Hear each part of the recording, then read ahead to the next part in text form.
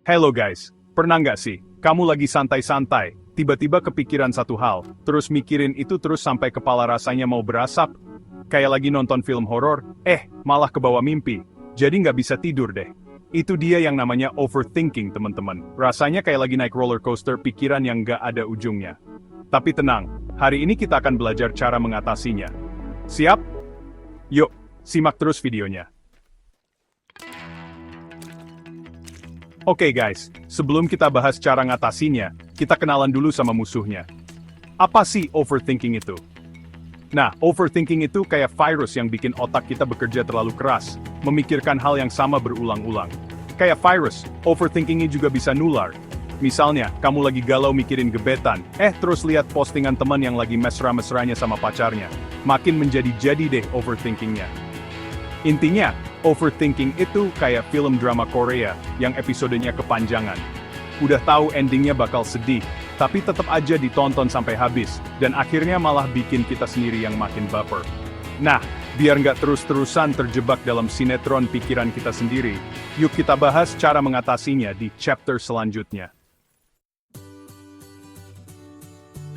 Langkah pertama buat ngalahin musuh, kenali dulu musuhnya.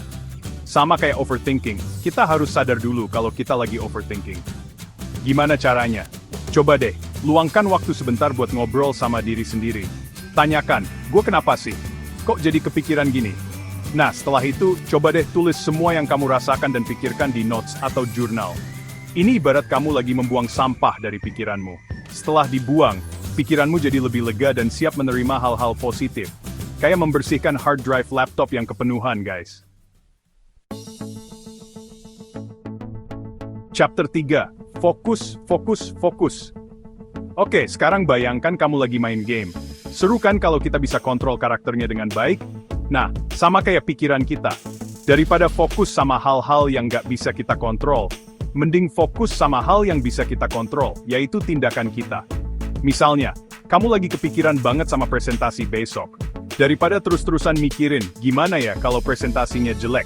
Mending fokus ke hal yang bisa kamu lakukan sekarang, kayak latihan presentasi atau siapin materi dengan lebih matang. Ingat, guys, fokus sama solusi, bukan masalahnya.